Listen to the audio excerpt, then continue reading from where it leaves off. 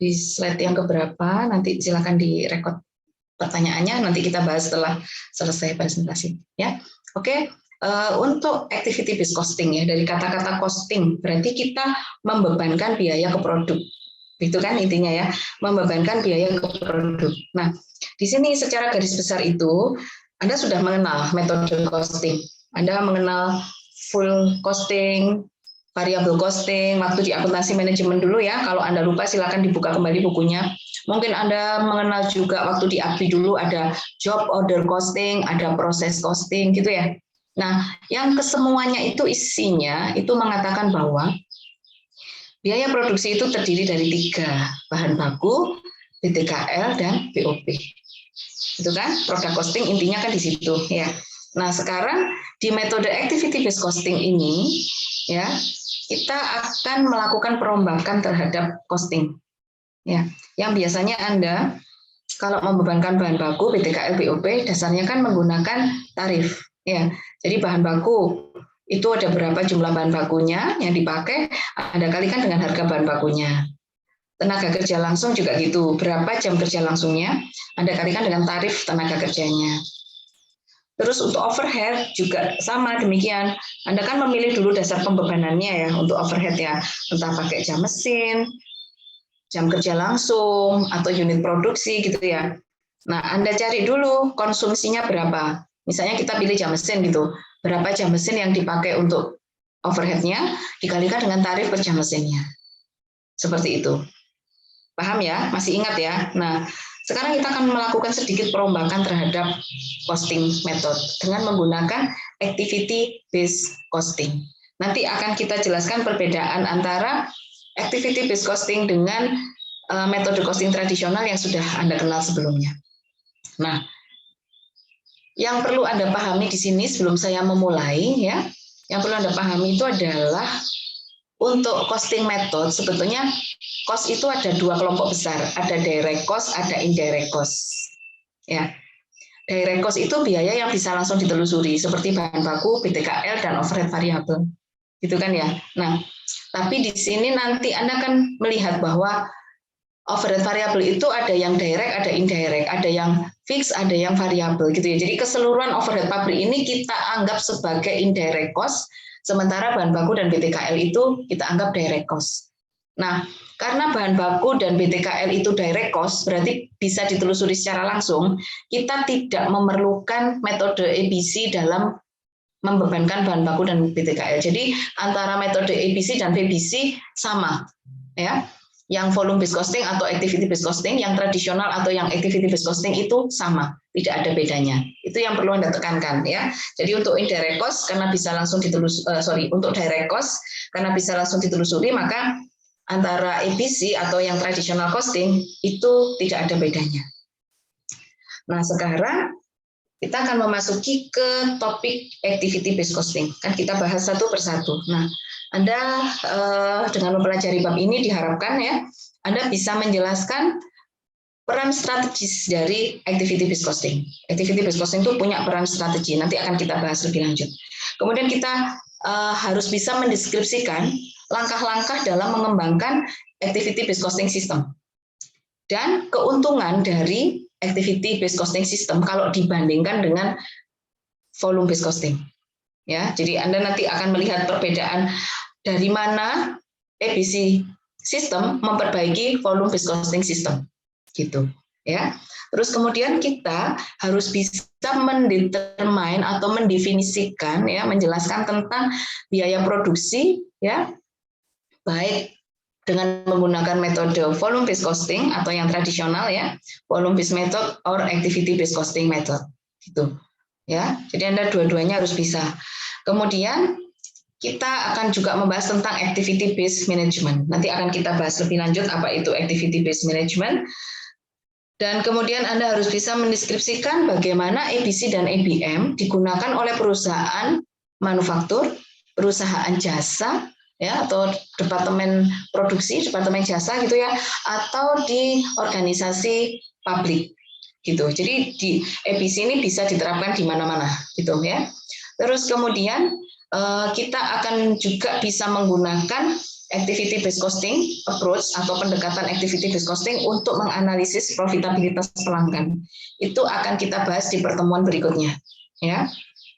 Nanti, tapi di bab ini sudah mencakup itu, dan kita diharapkan juga bisa mengidentifikasikan faktor kesuksesan dalam mengimplementasikan ABC system. Oke, saya akan masuk ke tujuan pertama, peran strategis dari ABC. Ya, di sini akan kita lihat perbandingan antara activity based costing dan volume based costing.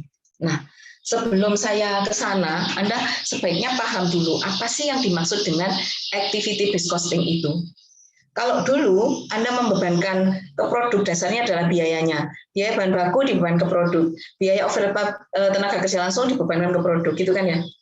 Nah, itu nggak ada bedanya antara ABC dan VBC karena dia direct cost. Tapi kalau yang indirect cost atau overhead itu memerlukan alokasi, pendekatan dalam alokasinya, ya, karena Anda bisa lihat ya, overhead itu kan bermacam-macam ya.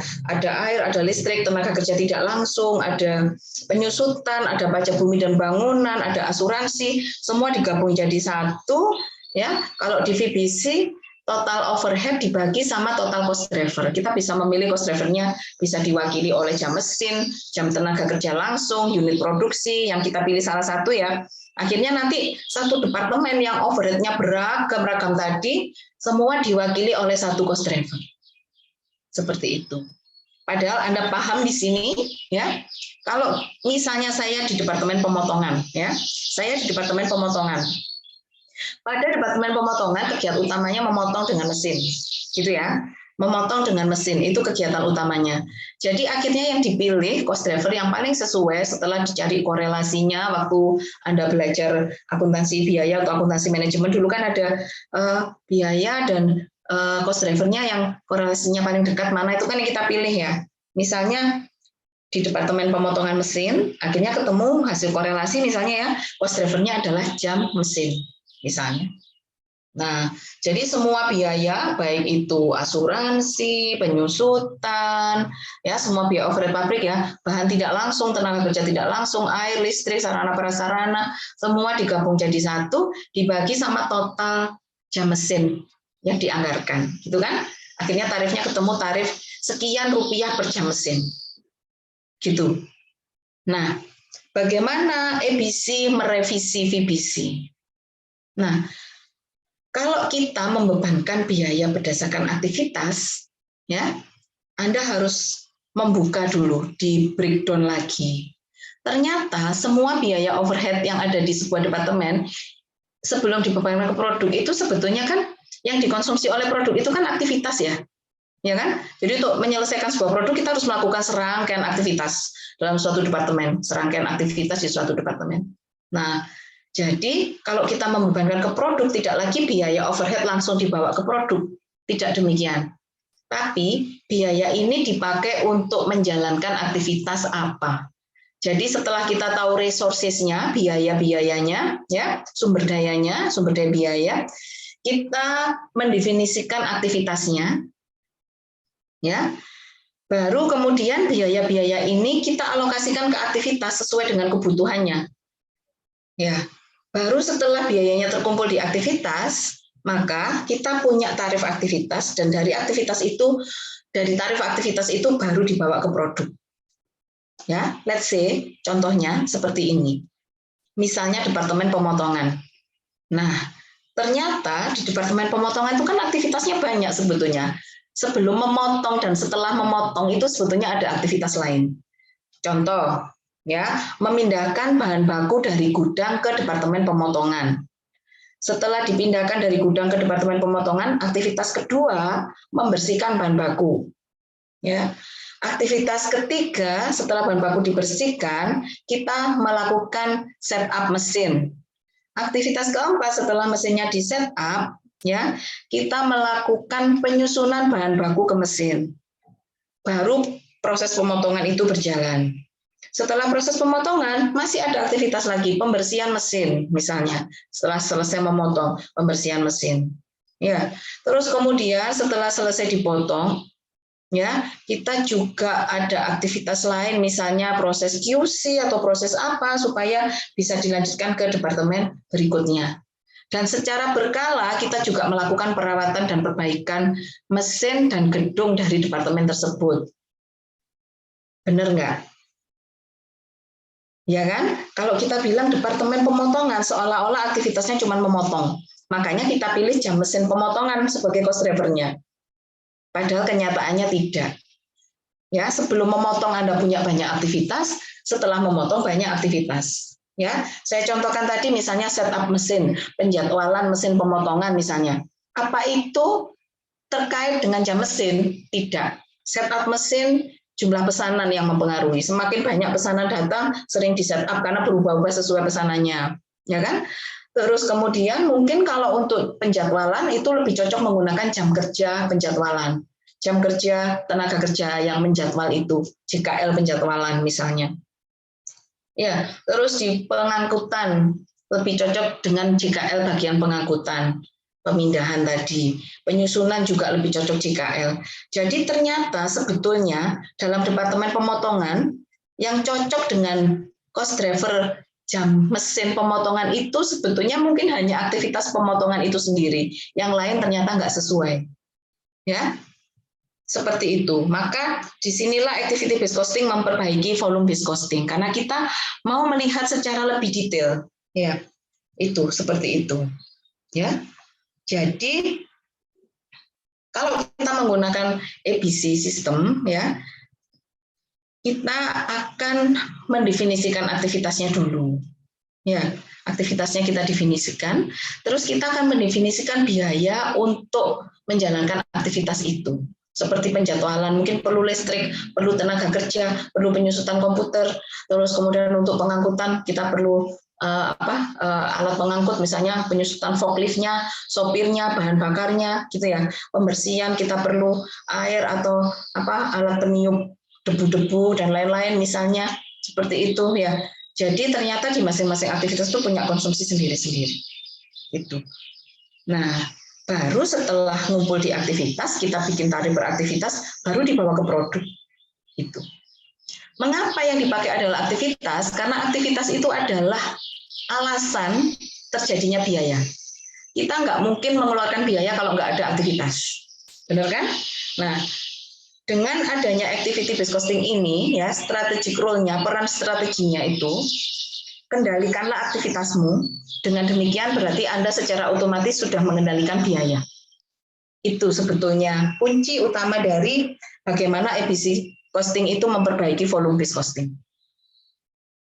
Ya, oke. Kalau ada pertanyaan jangan lupa silakan dicatat. Ya. Nah, sekarang volume based costing itu sering dianggap tidak memadai, gitu ya. Karena apa? Biaya tidak langsung itu tidak selalu berjalan dengan proporsi yang sama dengan output volumenya atau volume produksinya gitu. Ya, saya berikan contoh misalnya ya, ada sebuah produk dengan volume tinggi gitu ya. Terus dia mengkonsumsi jam mesin tinggi gitu. Jadi dia akan dibebani biaya yang tinggi juga ya karena tarifnya hanya berdasarkan jam mesin di volume based costing gitu ya. Nah, di produk kedua dia hanya sedikit memerlukan jam mesin. Tapi ternyata dia ribet waktu setting, dia ribet waktu menjadwal. Ya, produk itu ternyata butuh penanganan khusus pada saat memindahkan. Jadi sebetulnya konsumsi biaya dia itu yang banyak bukan di cuttingnya sendiri, tapi di aktivitas lain selain cutting. Jadi dia jam cuttingnya atau jam mesin cuttingnya sedikit, dia akhirnya dibebani biaya sedikit. Padahal sebetulnya produk itu mengkonsumsi aktivitas yang banyak di luar jam mesin. Makanya kalau dia tetap bertahan dengan menggunakan volume based costing, it will not run well. Nggak akan fair, nggak akan bagus hasil alokasinya. Kenapa? Karena produk yang rewel, Anda bebani biaya sedikit dengan alasan dia hanya sedikit menggunakan jam mesin. Seperti itu. Terus ada produk yang satu lagi, dia jam mesinnya banyak, tapi dia nggak perlu penjadwalan lama, nggak perlu setting lama, nggak perlu pengangkutan lama, dia sangat gampang diproses ya, tinggal ambil langsung ditaruh di mesin, langsung dipotong. Nah, tapi waktu memotong dia perlu jam mesin banyak karena memang produknya banyak dan memotongnya kecil-kecil gitu misalnya. Padahal dia nggak perlu upaya apa-apa, tapi akhirnya dia dibebani biaya yang tinggi karena apa? Karena dia mengkonsumsi banyak jam mesin, padahal di aktivitas lain dia nggak mengkonsumsi. Seperti itu. Nah, jadi dengan adanya EBC itu kita akan lebih adil.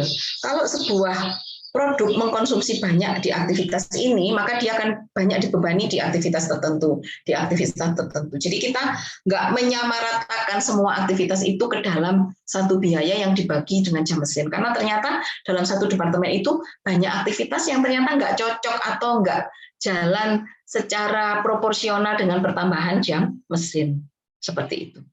Ya, itu. EBC memperbaiki volume based costing dari itu. Makanya di sini kalau kita sebutkan ya, kelebihan EBC dari volume based costing itu adalah karena volume based costing itu sering tidak memadai ya, karena untuk indirect cost itu nggak selalu sama antara jumlah output dari cost drivernya itu tadi, dari jam mesinnya yang dipakai tadi dengan biaya yang terjadi gitu. Ya, karena ternyata banyak aktivitas lain yang mendukung untuk terjadinya satu aktivitas itu dalam satu departemen seperti yang saya contohkan tadi. Nah, akibatnya apa? Maka di volume based costing itu akan bisa menyebabkan apa yang kita sebut sebagai overcosted atau undercosted. Ya, overcosted itu apa? Seperti yang saya sebutkan tadi, yang produknya banyak, yang banyak mengkonsumsi jam mesin, padahal di aktivitas lain dia nggak repot-repot gitu ya.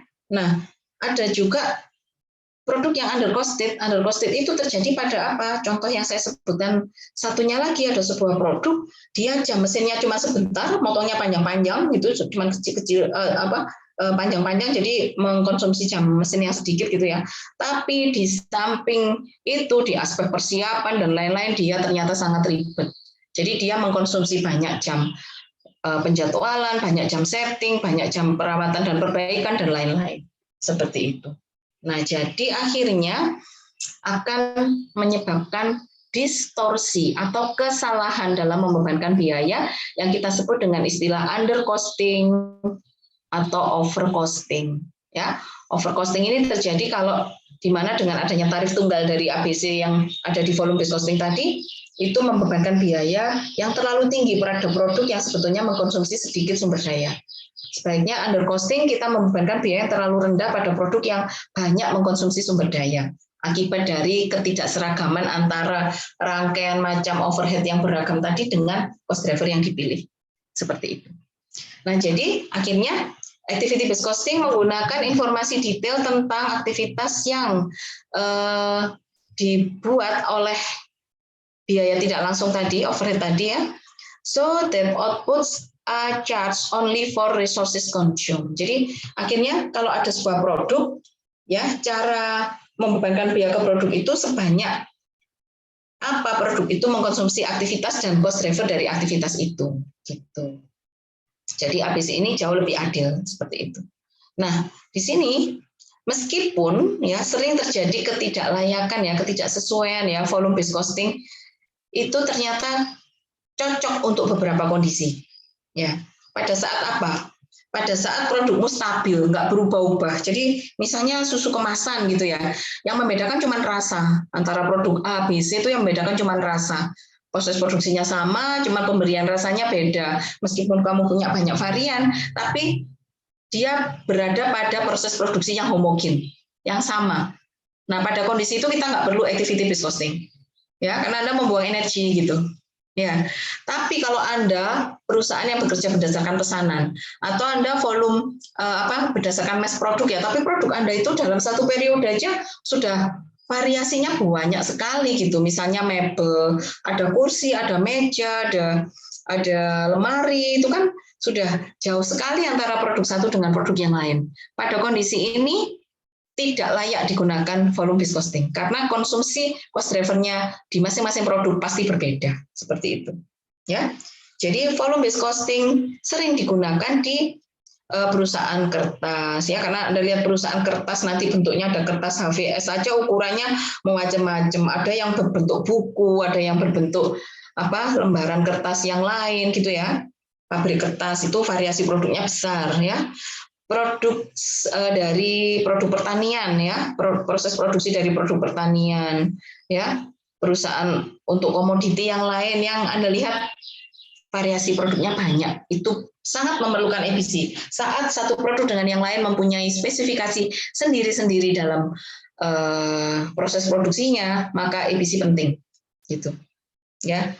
Nah, kalau produk saya cuma satu, Bu, tapi kapal selam berdasarkan pesanan, berarti EPC atau tradisional? EPC, karena kapal selam itu punya spek yang berbeda-beda gitu, misalnya kapal pesiar, kapal selam gitu ya, meskipun produknya cuma satu tapi dia jelas EPC karena variasinya di setiap proses produksi tinggi seperti itu ya. Jadi untuk produk-produk yang customize ya, not mass product, Anda harus yakin bahwa itu EPC yang paling sesuai. Selama prosesnya tidak homogen, maka EPC yang lebih sesuai.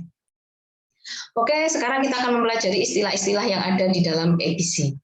Yang pertama, activity. What is activity? Activity is a specific task or action of work done, such as production setup, cleaning process, preparation, scheduling, ya. Terus kemudian ya apalah, cutting, mixing dan lain-lain. Selama ada aktivitas yang tujuannya apa? Aktivitas itu dilakukan ya. Aktivitas itu dilakukan untuk menciptakan sebuah produk. Gitu. Ya, paham ya? Jadi di sini ternyata sumber biaya itu ya aktivitas itu gitu. Kenapa biaya bisa timbul? Karena ada aktivitas gitu. Jadi kalau nggak ada aktivitas nggak ada biaya gitu. Ya. Nah, aktivitas itu mengkonsumsi sumber daya, maka Anda harus memastikan aktivitas Anda itu efisien. Maka activity based costing itu mengendalikan aktivitas supaya biayanya jadi efisien. Ya, itu. Pastikan aktivitas Anda memberikan nilai pada produk Anda.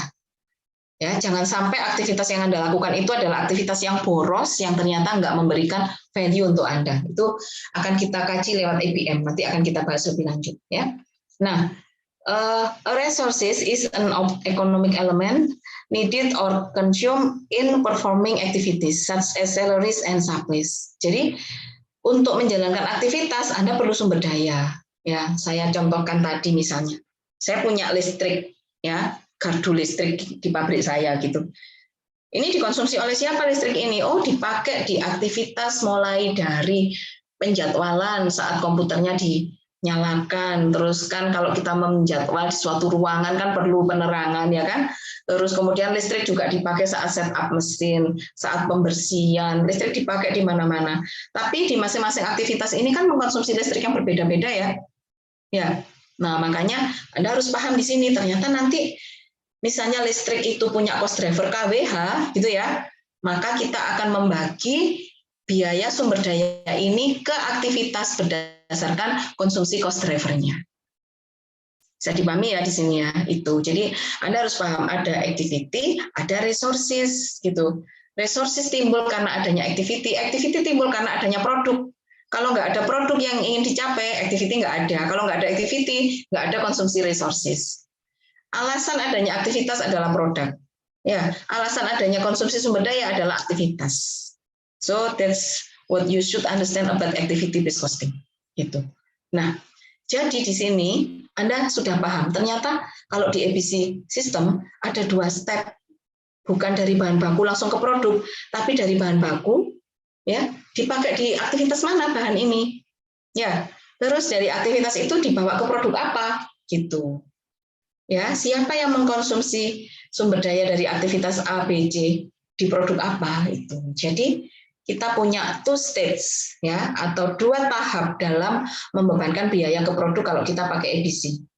Dari sumber daya dibawa ke aktivitas, dari aktivitas dibawa ke produk.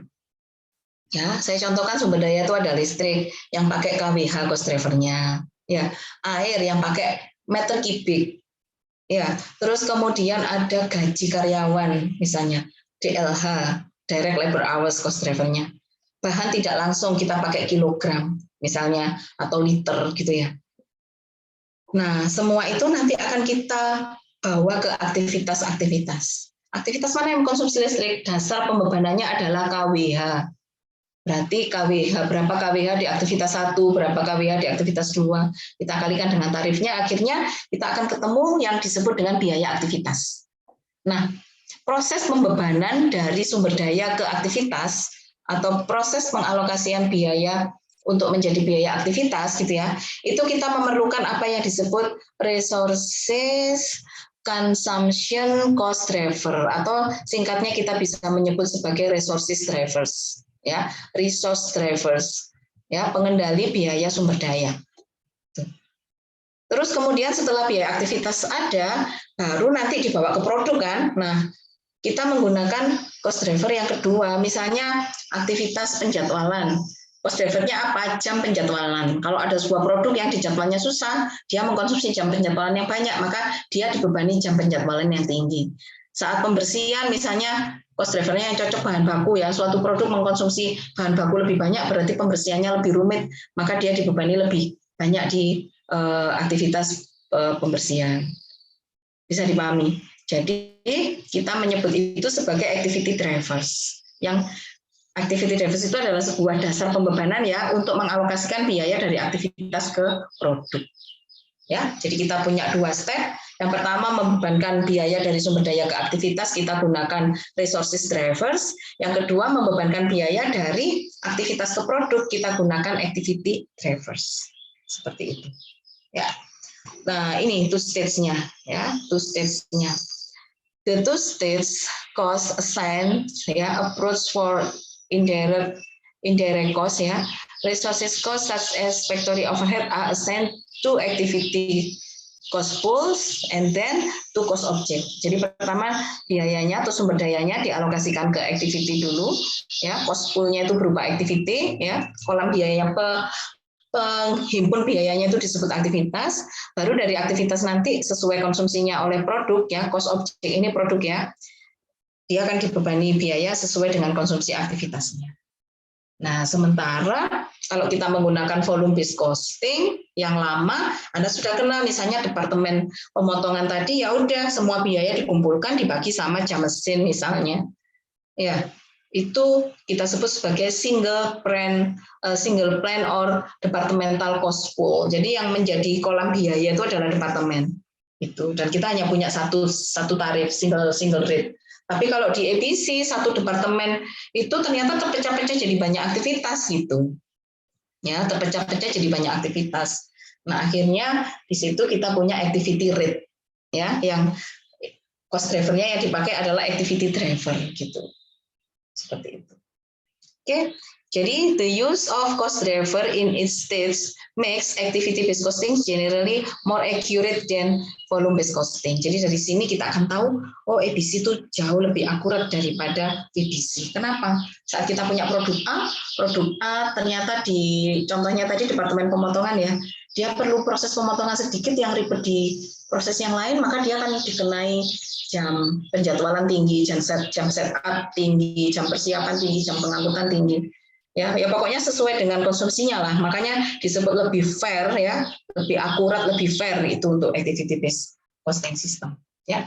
Nah, jadi di sini akhirnya Anda paham ya bahwa activity based costing system itu membebankan sumber daya ya pada produk berdasarkan aktivitas yang dikonsumsi ya, atau aktivitas yang dilakukan untuk mewujudkan output tadi ya, dengan menggunakan metode dua tahap ya. Tahap pertama cost of resources ya, atau biaya sumber daya dibebankan ke aktivitas dengan menggunakan resources consumption drivers atau resources drivers ya, dan untuk stage kedua kita gunakan activity itu dibebankan ke produk atau ke cost objeknya atau tujuan biayanya dengan mengkonsumsi aktivitas, maka yang digunakan adalah activity drivers atau activity consumption cost drivers, seperti itu ya.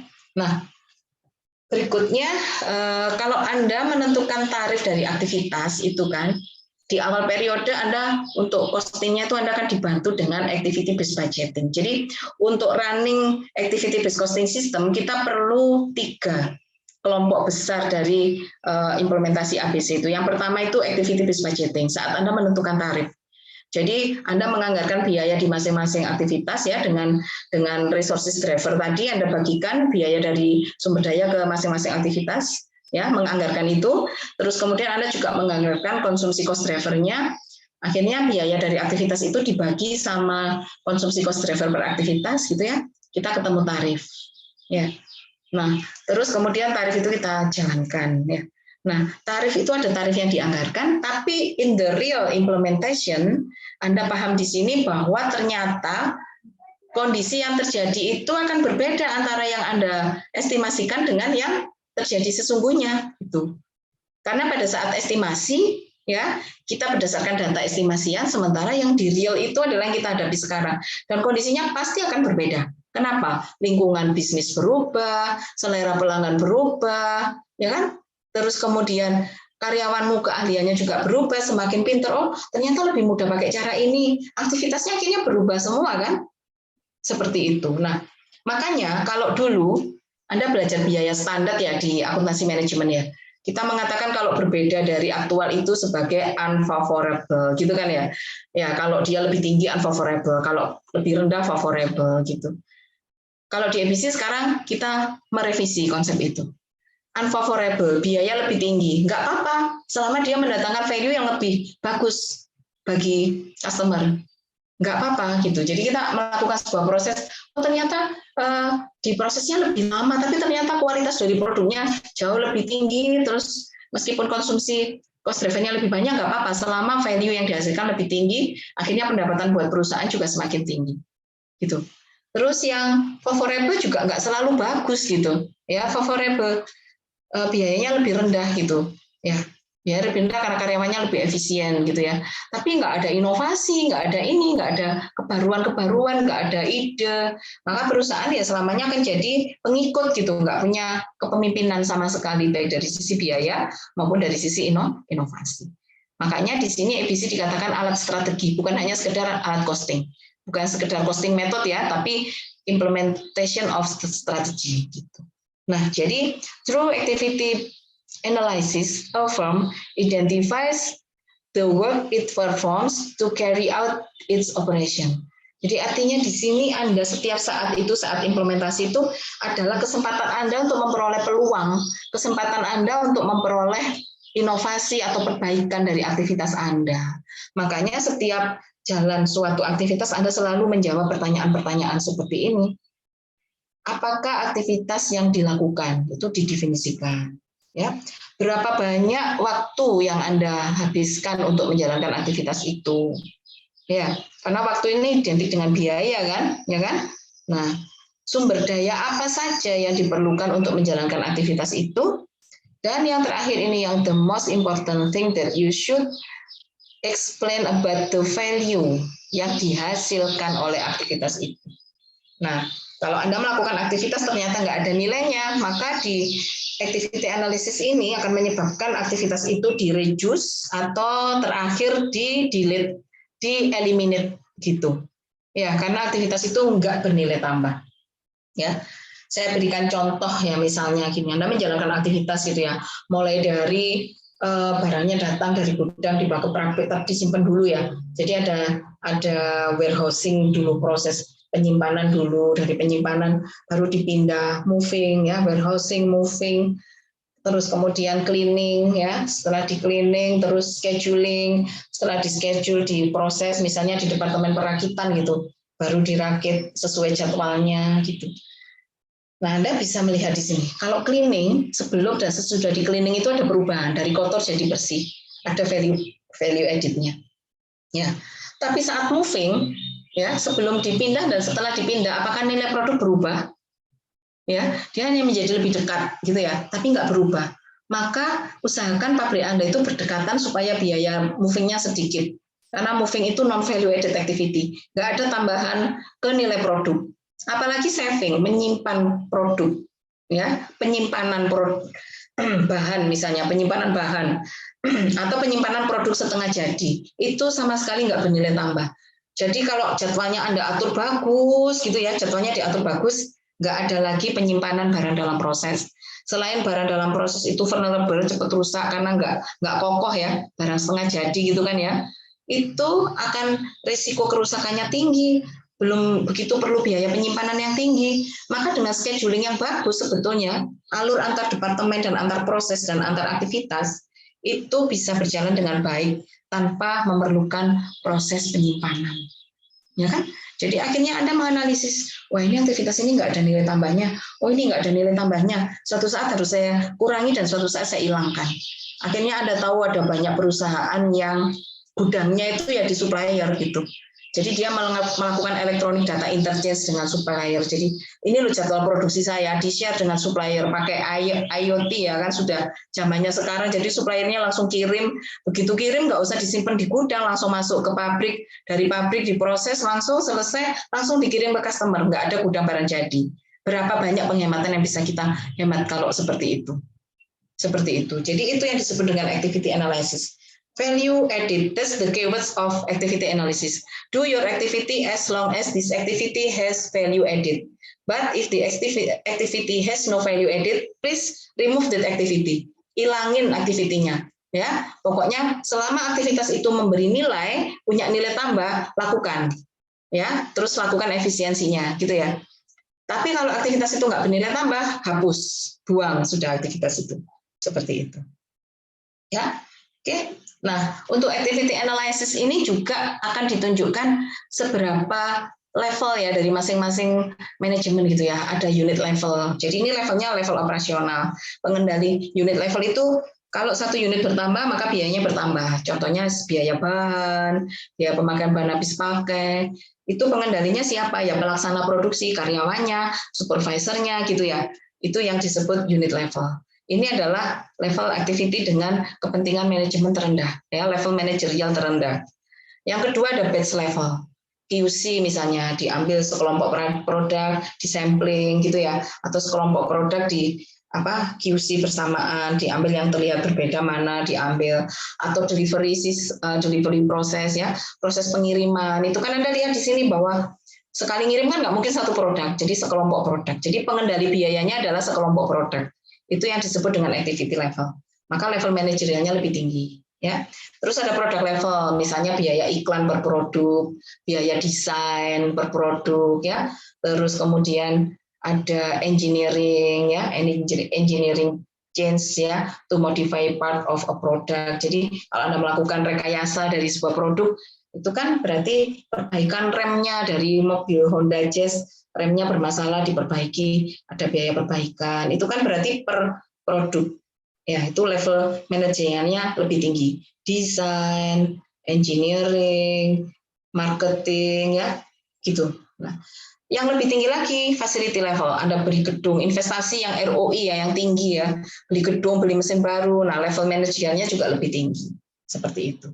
Jadi ada pajaknya, ada asuransinya ya. Jadi gedung baru atau unit bisnis baru gitu ya, itu kan investasi juga seperti itu. Jadi levelnya tinggi gitu. Nah, jadi dari leveling dari activity ini akhirnya kita akan tahu siapa yang harus dibebani sebagai PIC gitu. Ya, orang dengan pengetahuan level manajerial mana yang sesuai. Nah, dari sini Anda harus mulai bisa mengklikkan ya antara activity based costing dengan balance scorecard. Yang disusun dulu mana? BSC atau ABC?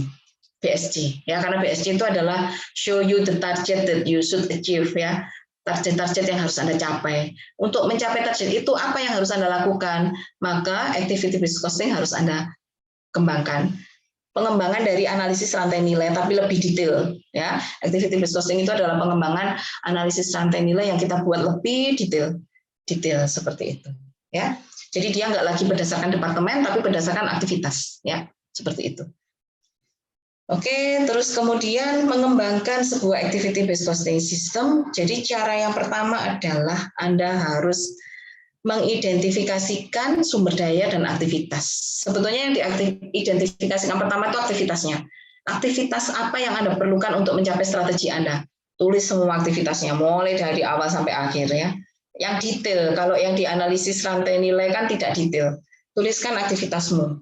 Misalnya salon gitu ya, mulai dari cari supplier, dari bahan-bahan yang dipakai, mencari pelanggan, buat iklan, menyambut pelanggan yang datang, menentukan jasa dari salon yang diharapkan, terus membawa dari front office ke bagian-bagian yang akan melakukan pemberian jasa itu, misalnya ada yang facial, ada yang potong rambut, dijadwal ya, dijadwal yang di Kapstok ini kosong jam berapa, ini kosong jam berapa, dijadwal ya. Seperti itu. Terus proses pelayanannya sendiri, pemakaian bahan habis pakainya, setelah itu ada proses setelah pelayanan itu, mungkin ada harus menunggu sementara waktu untuk memastikan pelanggan bahwa mereka sudah puas dengan yang mereka dapat, terus kemudian pelanggan pulang, terus ada garansinya. Gitu misalnya ya, ada garansi. Misalnya, kulit saya gatal habis di treatment, gimana kamu melakukan itu? Nah, jadi aktivitasnya itu Anda definisikan dulu, nah baru Anda menentukan sumber daya yang Anda perlukan untuk menjalankan masing-masing aktivitas. Perlu biaya apa untuk aktivitas ini? Perlu biaya apa untuk aktivitas ini? Nah, dari situ Anda bisa membagikan. Dari situ kan berarti biaya aktivitasnya terkumpul ya. Nah, Anda bisa memilih cost driver untuk masing-masing aktivitas atau activity drivernya. Anda bisa membuat tarif di masing-masing aktivitas. Nah, baru pelanggan A mau Anda cas berapa, pelanggan B mau dicas berapa, pelanggan C Anda cas berapa, sesuai dengan jasa yang mereka konsumsi gitu. Paham ya? Jadi itu penerapannya baik di perusahaan manufaktur ataupun non-manufaktur. Oke, setelah Anda mendefinisikan aktivitas dan biayanya, terus kemudian Anda mendefinisikan ini konsumsi sumber daya untuk masing-masing aktivitas ya. Ini stage 1, stage 2 Anda mengalokasikan biaya dari aktivitas ke produk seperti itu. Oke. Jadi dari sini kita bisa menentukan bahwa keuntungan kita menggunakan ABC itu adalah better profitability measure due to more accurate cost. Ya. Jadi kita akan bisa menghitung profitabilitas dari setiap produk berdasarkan harga pokok yang akurat. Lebih akurat ya dibandingkan dengan sebelumnya. Tapi nanti kalau berikutnya mau ada perbaikan dari ABC, bagus. Sekarang sudah ada time driven activity based costing. Jadi selain dikendalikan oleh aktivitas, tapi juga dikendalikan oleh waktu. Berarti ABC yang dilaksanakan dengan cara yang lebih efisien dari waktu yang dikonsumsi, itu artinya akan menghemat biayanya juga. Jadi ada time driven ABC. Berikutnya nanti akan berkembang terus gitu. Costing system itu akan berubah. Dari yang tradisional diperbaiki dengan ABC, TD ABC, terus berikutnya mungkin ada validator based costing atau ada siapa Philippus Baptist based costing, siapa gitu ya, silakan Anda akan memperbaiki itu gitu. Ya, sesuai dengan pengetahuan dan experience Anda selama menjalankan bisnis ya.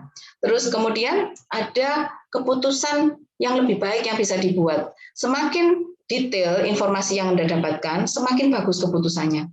Semakin banyak informasi yang Anda ambil, semakin jeli Anda melihat peluang, maka keputusannya akan jadi lebih baik.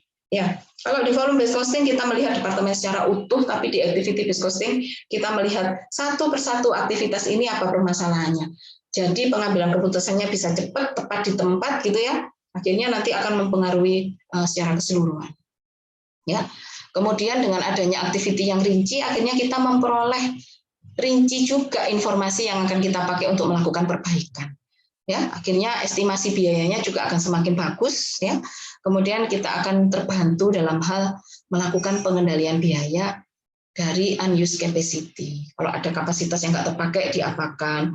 Atau kapasitas yang dipakai tapi nggak memberikan manfaat gitu. Sebetulnya aktivitas itu nggak terpakai seperti penggudangan, pemindahan, terus ada ini pengerjaan ulang gitu ya. Jadi produknya jelek dikerjakan ulang. Padahal sebetulnya kalau Anda nggak jelek mengerjakannya nggak perlu itu kan. Jadi nggak ada nilai tambahnya pengerjaan ulang itu, ya kan? Jadi itu. Jadi akhirnya Anda akan bisa mengendalikan biaya, kapasitas-kapasitas yang terpakai tapi nggak memberikan nilai tambah dihilangkan, ya.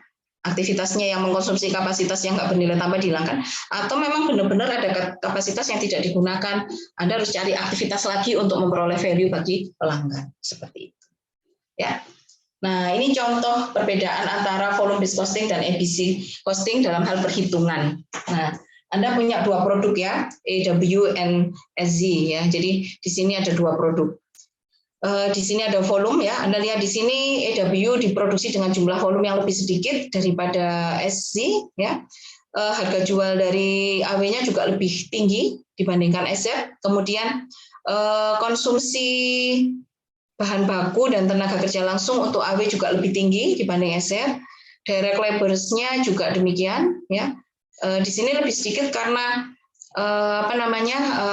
yang diproduksikan juga lebih sedikit, tapi per unitnya itu sebetulnya 5, ya kan?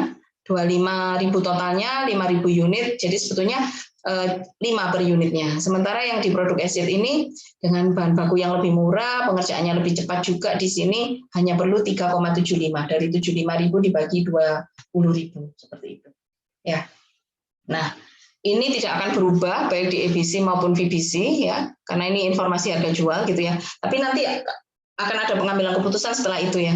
Juga bahan baku dan BTKL nggak akan berubah karena dia direct cost, bisa ditelusuri secara langsung. Nah, nanti yang berubah adalah overhead-nya. Nah, Anda bisa lihat di perhitungan berikutnya. Berdasarkan VBC, ya, in traditional volume-based costing system, assign factory overhead based on direct labor hours. Jadi di sini dari seluruh overhead-nya yang sebanyak 2 juta rupiah itu kita menggunakan single rate yang dibagi berdasarkan direct labor hours atau jam kerja langsung. Ada 100.000 jam kerja langsung. Dari mana 100.000 itu? Penjumlahan dari 25.000 dari AW dan 70.000 dari SF. Jadi akhirnya kita peroleh rate-nya atau tarifnya adalah $20 per jam kerja langsung yang diperoleh dari total overhead-nya dibagi dengan direct labor hours. Jadi akhirnya ya ini kan mudah kan, karena sudah paham kalau VBC berarti 25.000 jam kerja langsung dikalikan $20 ya. Jadi di sini akhirnya 500.000 dibagi sama 5.000 unit, kita akhirnya memperoleh tarif overhead-nya adalah $100 per unit. Nah, itu untuk produk EW. Sementara untuk produk AZ, ya, overhead yang dibebankan dari 2 juta tadi, 500 masuk ke EW, yang masuk ke AZ adalah 1.500.000, ini diperoleh dari mana? 75.000 DLH dikalikan $20. Ini sesuai cost driver jam kerja langsung yang dikonsumsi ya, dikalikan sama $20. Nah, jadi akhirnya per unitnya berapa? 1.500.000 dibagi 20.000 unit, akhirnya per unitnya diperoleh $75. Jadi berdasarkan VBC ya, overhead-nya untuk AW per unit adalah 100, untuk SZ adalah $75. Jadi harga pokok dari kedua produk bisa Anda hitung, 200 untuk untuk bahan baku dan BTKL, 100 untuk overhead-nya, totalnya adalah 300. Jadi satu produk AW itu dibebani biaya sebanyak memperoleh laba sebanyak $100. Dari 400 harga jual dikurangi 300 biaya produksinya. Sementara SZ biaya produksinya adalah harga jualnya $200, biaya produksinya 155, jadi satu unit 45. Dari sini Anda akan memilih mana? Pasti memilih AW kan? Oh, AW yang paling bagus gitu. Ya, jadi kita kembangkan aja produk AW gitu ya. Ya, produk AW kembangkan aja karena ternyata dia labanya lebih tinggi dibandingkan SZ. But ya, it is a bad decision making ya. Pengambilan keputusan itu menyesatkan. Kenapa? Karena overhead-nya hanya didasarkan pada direct labor hours. Sementara kenyataannya ya 2 juta itu sebetulnya memiliki aktivitas yang terdiri dari engineering, setup, mesin sama packing. Nah, Anda lihat di sini. Ini contohnya ya, tapi kenyataannya nggak mungkin ya di satu pabrik cuma ada 4 aktivitas. Pasti puluhan bahkan ratusan aktivitas ya kan. Nah, ini buat contoh aja. Ternyata 2 juta itu 125.000 dari aktivitas engineering, cost drivernya adalah jam rekayasa. Yang kedua, cost drivernya adalah jumlah setup. Yang ketiga, jam mesin. Yang keempat adalah jumlah packing order. So, where is the connection with direct labor hours? Ya kan? Nah, kita hanya mendasarkan pada, direct labor hours-nya tinggi. Lebih tinggi dari overhead-nya, akhirnya kita pilih direct labor hours, kita anggap itu paling dominan bagi perusahaan. Padahal ternyata overhead-nya tidak satu pun aktivitas dari overhead-nya yang menyentuh direct labor hours. Nah, makanya ini sangat memicu terjadinya distorsi. Nah, jadi tarifnya nanti tidak lagi dari 2 juta dibagi 100.000, tapi masing-masing produk itu memiliki konsumsi aktivitas. Untuk jam engineering ada 5.000 sama 7.500, ada totalnya segini gitu ya. Ya, ini total konsumsi aktivitas penjumlahan dari konsumsi cost driver di masing-masing produk ya. Terus kemudian tarifnya akan kita bagikan dari total biayanya dibagi dengan total konsumsi cost driver-nya. Gitu. Ya. Nah, oh ya, sebentar, saya ingin menjelaskan di sini ya. Budgeted cost inilah yang diperoleh dari resources drivers tadi. Jadi sebetulnya engineering hours gitu, jam engineering ini kegiatan rekayasa itu memakan biaya apa saja. 125.000 itu ternyata terdiri dari ada listrik, ada penyusut apa namanya ini uli pabrikasi, uli mesin dan lain-lain ya. Saat setup itu mungkin kita perlu memasang apa tertentu, ada tenaga kerjanya, ada electricity-nya, ada macam-macam ya bahan habis pakai yang dipakai. Totalnya ada 125.000.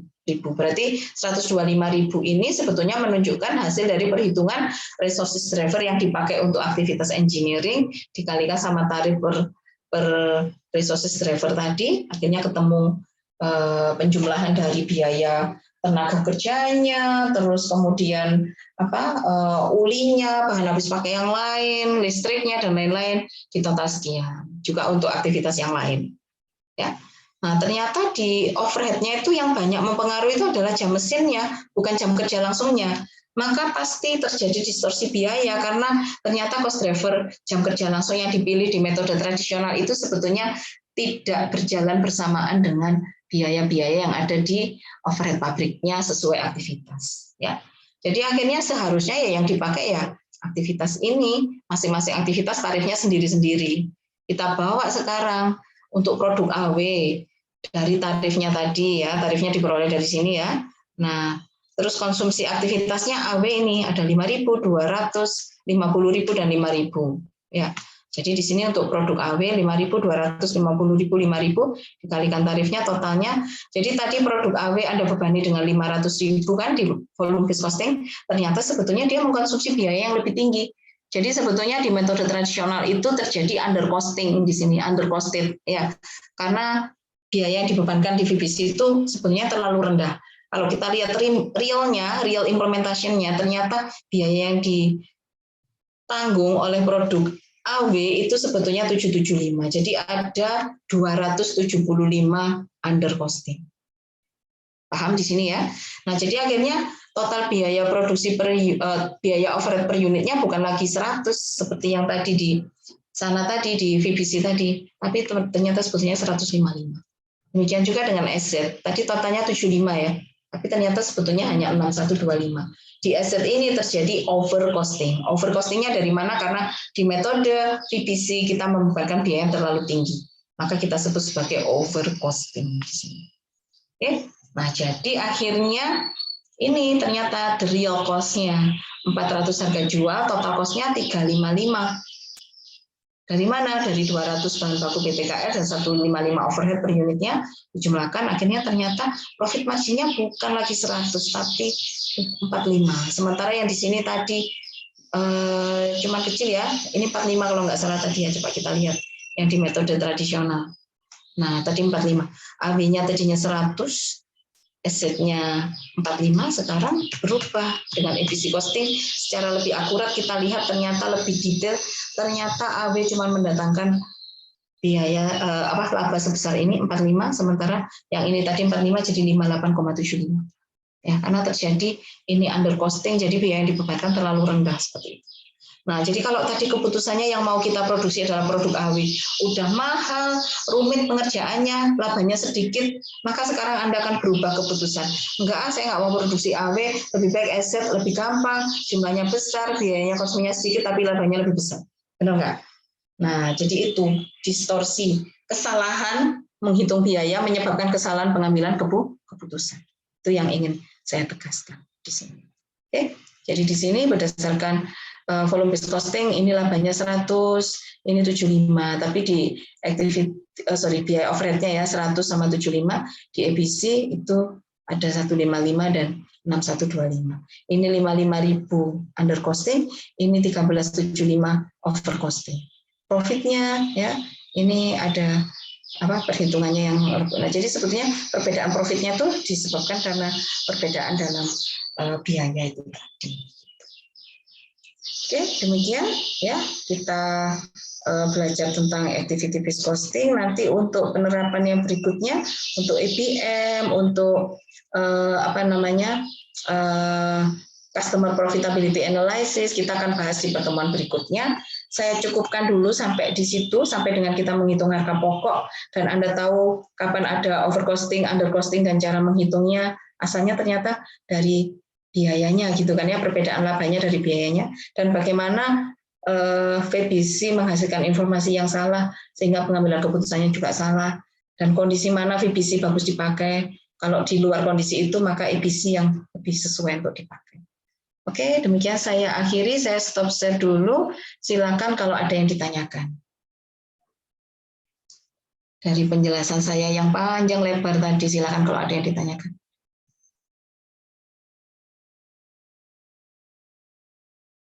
Nggak ada yang nyatet pertanyaan tadi?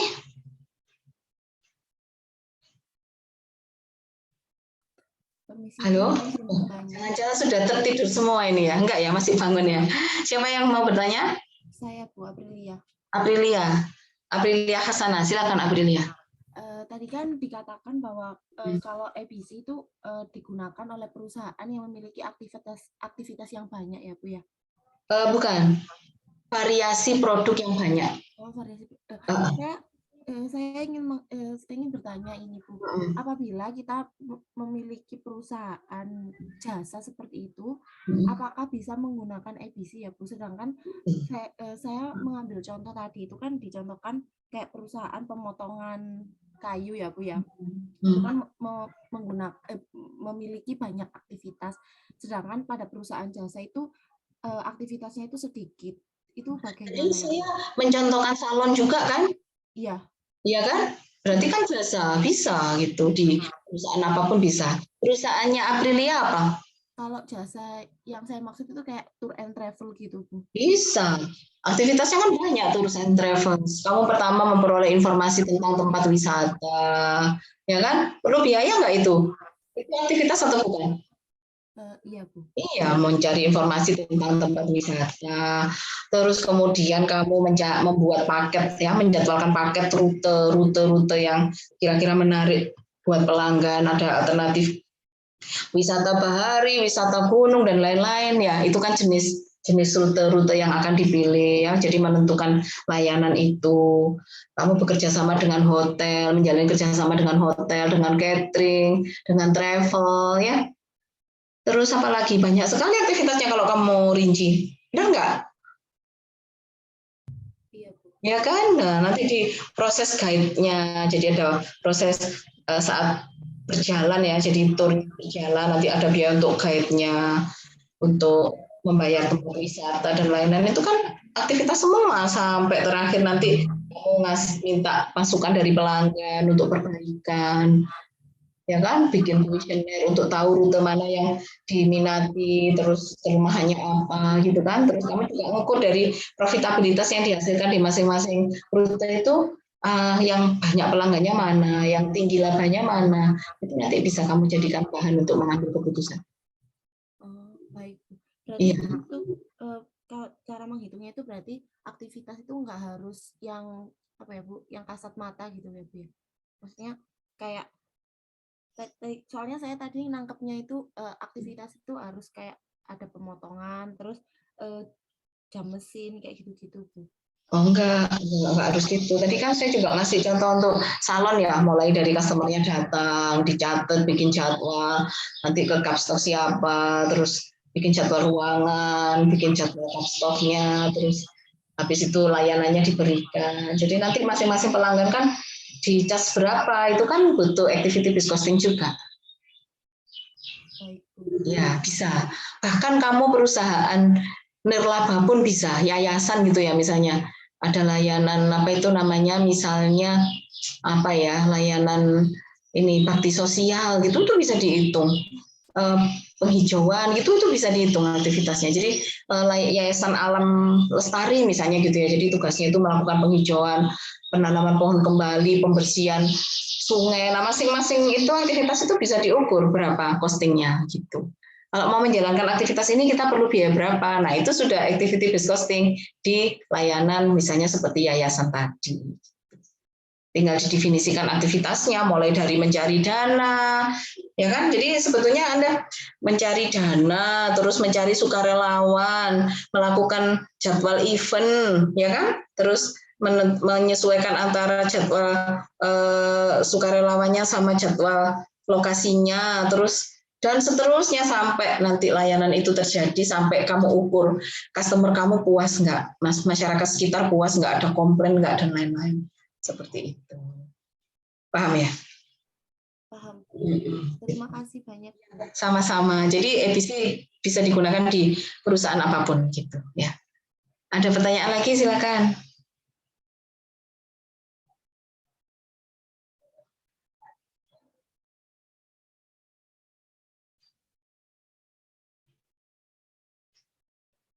Ada pertanyaan? Yakin?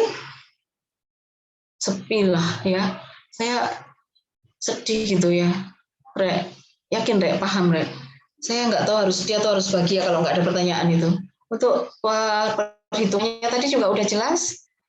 Untuk yang lain, kalian boleh meminta saya share screen lagi. Bu, minta slide ini pun nanti saya bukakan lagi sesuatunya. Kalau ada yang nggak paham langsung ditanyakan. Sekarang harus sampai paham. Sudah? Ngantuk semua? Jangan-jangan sebagian sudah tertidur ini ya? Halo? Any student here? Kok sepi ini, Rek? Wes loh ya, aku live diam-diam loh ya kalau sepi gini ya. Gak tak absen loh ya, tak anggap nggak ada semua. Aprilia Hasanato tak anggap hadir ya.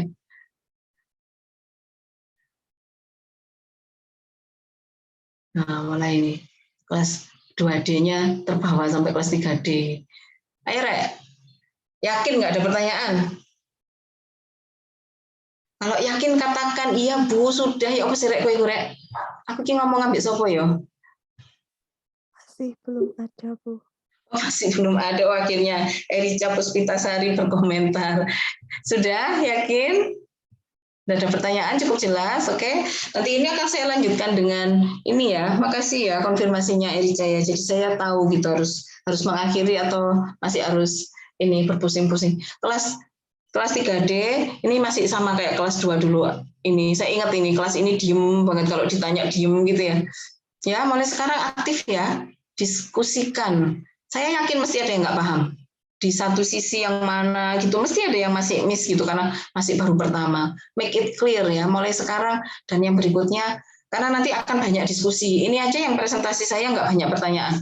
Nanti kalau yang presentasi teman-teman nggak ada pertanyaan, kamu nggak dapat poin apa-apa loh. Ya, jadi tolong setiap ada kesempatan dipakai untuk menambah value, menambah pengetahuan baru gitu ya. Kalau ada pengetahuan baru pasti seharusnya banyak pertanyaan gitu ya. Oke, nanti akan saya berikan tugasnya ya. Kita punya e-book, nanti akan saya ambilkan 2 soal dari e-book ya, yang satu teori, yang satu perhitungan. Jadi nanti Anda akan mengerjakan itu untuk berikutnya ya. Untuk pertemuan berikutnya, terus setelah itu saya akan membahas tentang, untuk hari Rabu ya, setelah membahas soal, saya akan membahas tentang activity based management sama customer profitability analysis ya. Jadi tolong disiapkan, dibaca dulu biar nanti kalau ada pertanyaan lebih gampang ya.